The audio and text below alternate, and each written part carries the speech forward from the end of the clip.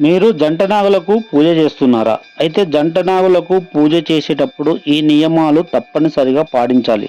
లేకపోతే మీరు చేసిన ఆ పూజ ఫలించదు. ఎట్టి పరిస్థితిలో ఆ దేవతామూర్తులకైతే ఆ పూజ అయితే ముట్టదండి. ఇది తప్పకుండా తెలుసుకోవాల్సిన విషయము. ఈ వీడియో చివరి వరకు చూడండి. మొదటిసారిగా చూస్తే మాత్రం లైక్ చేయండి, సబ్స్క్రైబ్ చేయండి. నేను చెప్పే విషయం అయితే మీకు బాగా అర్థమవుతది. జంట నాగుల వద్దకు వెళ్ళినప్పుడు జంటనాగుల విగ్రహాలు ఎలా ఉండాలి? ఎలా ఉంటే మనము వాటిని కడిగి శుభ్రంగా పసుపుతో అలంకరించి పూజ చేయాలో నేనిప్పుడు చూపిస్తాను. మీరైతే జాగ్రత్తగా చూడండి.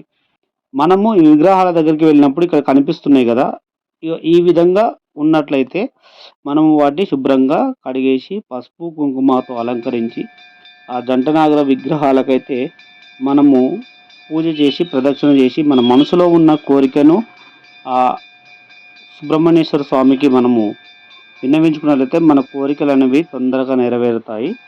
చాలామంది చేసే తప్పేందంటే భక్తులందరూ ఇలా అలంకరించి పోయిన తర్వాత వెంటనే మరీ ఒక్కరు వచ్చేసి మళ్ళీ వెంటనే కడిగేసి మళ్ళీ చేస్తూ ఉంటారు. దానివల్ల ముందు చేసిన వాళ్ళకి, ఇప్పుడు చేస్తున్నటువంటి వాళ్ళకి ఎలాంటి ప్రయోజనం అయితే ఉండదండి. ఉదయాన్నే పొద్దున్నే వెళ్ళేసి ఆ విగ్రహాలకైతే పూజ చేస్తే ఎంతో శుభ ఫలితం కలుగుతుంది. ఒకవేళ మీరు వెళ్ళేటప్పటికి కూడా అక్కడ విగ్రహాలకు పూజించినట్లున్నట్టయితే, ఆ రోజు మీరు ఆ విగ్రహాలను కడగకుండా ఉండడం అయితే చాలా మంచిదండి.